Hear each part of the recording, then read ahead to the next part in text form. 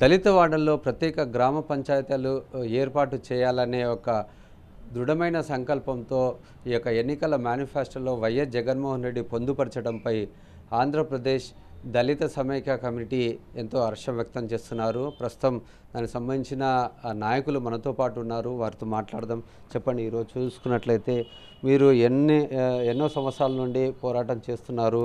ఈ యొక్క అంశాన్ని చాలా మటుకు ప్రజాప్రతినిధులకు తీసుకురావడం జరిగింది. ఈరోజు జగన్మోహన్ రెడ్డి గారు ఈ యొక్క ప్రత్యేక గ్రామ పంచాయతీలను ఏర్పాటు చేస్తామని చెప్పడం, అది మేనిఫెస్టోలో పొందుపరచడం ఎట్లా ఉందనిపిస్తుంది? చాలా ఆనందంగా ఉందండి. ఈ సందర్భంలో జగన్మోహన్ రెడ్డి గారికి మేము ప్రత్యేక ధన్యవాదాలు తెలియజేస్తున్నాం. రాష్ట్ర కమిటీ తరఫున మేము ఉమ్మడి రాష్ట్రము ఉన్నప్పటి నుంచి ప్రత్యేక గ్రామ పంచాయతీలు దళిత వార్డులు ఏర్పాటు చేసి గ్రామాన్ని అభివృద్ధి చేయాలని చెప్పి ఉమ్మడి రాష్ట్ర ప్రభుత్వం ఉన్నప్పటి నుంచి మేము పోరాటం చేస్తున్నాం. ఈ ఆంధ్రప్రదేశ్లో కూడా చాలామంది ఎమ్మెల్యేలకి ఇవ్వడం, తర్వాత ముఖ్యమంత్రి దృష్టికి పోయేలాగా చేయడం వల్ల ఈరోజు జగన్మోహన్ రెడ్డి గారు గ్రామ పంచాయతీలు దళిత వార్డులు 50% ఉన్న గ్రామ పంచాయతీలను ప్రత్యేకంగా దళిత వార్డులను అభివృద్ధి చేస్తామని చెప్పి ప్రకటించడం మాకు చాలా ఆనందంగా ఉంది, మాకు చాలా సాటిస్ఫాక్షన్గా ఉంది.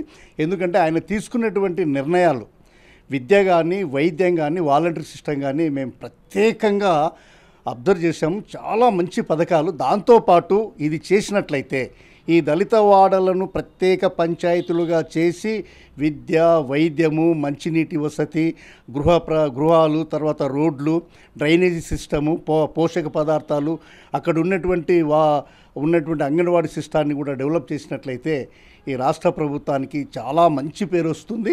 మేము ఖచ్చితంగా ప్రజలు దాన్ని అంగీకరిస్తారు. మేము అభినందిస్తాం. జగన్ గారికి మేము తోడుగా ఉంటామని సందర్భంగా తెలియజేస్తున్నాం. ఎందుకంటే భారతదేశంలోనే కాన్సీరామ్ గారు 10,000 గ్రామాలు ప్రత్యేక దళిత గ్రామాలుగా ప్రకటించి డెవలప్ చేసినటువంటి చరిత్ర ఒకటి ఉంది. తర్వాత 1992లో 73 అమెండ్మెంట్ వల్ల రాజ్యాంగ హోదా కలిగింది. దానివల్ల ఏపీ మొత్తం రాజస్థాన్ నెంబర్ 1 ఇంప్లిమెంటేషన్లో ఉంటే నెంబర్ 2 వచ్చేసి ఏపీ ఉమ్మడి రాష్ట్రంలో ఉంది.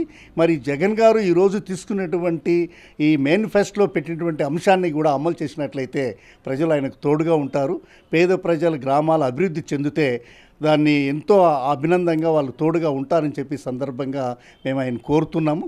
అమలు పరచాలని మేము ఆశ వ్యక్తపరుస్తున్నాం. మా అండలు ఖచ్చితంగా జగన్ గారికి ఉంటుందని కూడా మేము సందర్భంగా చెప్పదలుచుకున్నామండి.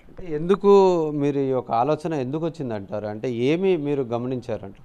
మేము చాలా గ్రామాలు పర్యటించినప్పుడు నేను మర్లమడికి నుంచి సైకిల్ యాత్ర చేసి నంద్యాలకు వచ్చిన 2800 కిలోమీటర్లు 30 రోజులు సైకిల్ దొక్కాను.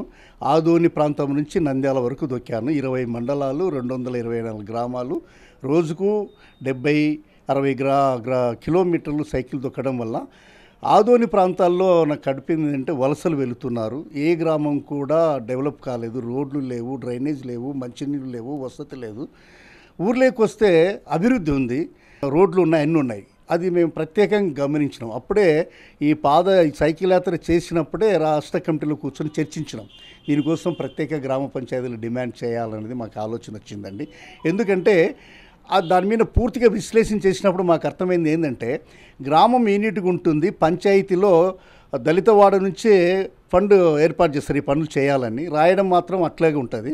కానీ అమలు చేసేటప్పుడు ఇక ఊర్లో నుంచి అమలు చేస్తారు, దళిత వాడకు వచ్చాకని ఫండ్లు లేవని ఆగిపోయినాయని చెప్పి, ఫండ్స్ లేవని చెప్తారు. అందుకే నేటి కూడా అవి అభివృద్ధి కాలే. ఈ విషయాలు జగన్ గారు గుర్తించడం మాకు చాలా ఆనందంగా ఉందండి. దళిత గ్రామాలను ప్రత్యేక పంచాయతీ చేయడం అంటే ఆయన ఇవి తెలుసుకున్నాడేమో, ఇవి గ్రహించాడేమో. అందుకే ఆయన ఈరోజు ఆ నిర్ణయం తీసుకున్నాడు. అది నిర్ణయం ఆ మేనిఫెస్టోలో పెట్టడం చాలా గర్వంగా ఉందండి, మాకు ఆనందంగా ఉందండి. ఇది మనం చూసుకున్నట్లయితే ఏదైతే దళిత వాడలను ప్రత్యేక గ్రామ పంచాయతీలు చేయడం వలన ఆ గ్రామాలు ఎంతగానో అభివృద్ధి చెందుతాయి.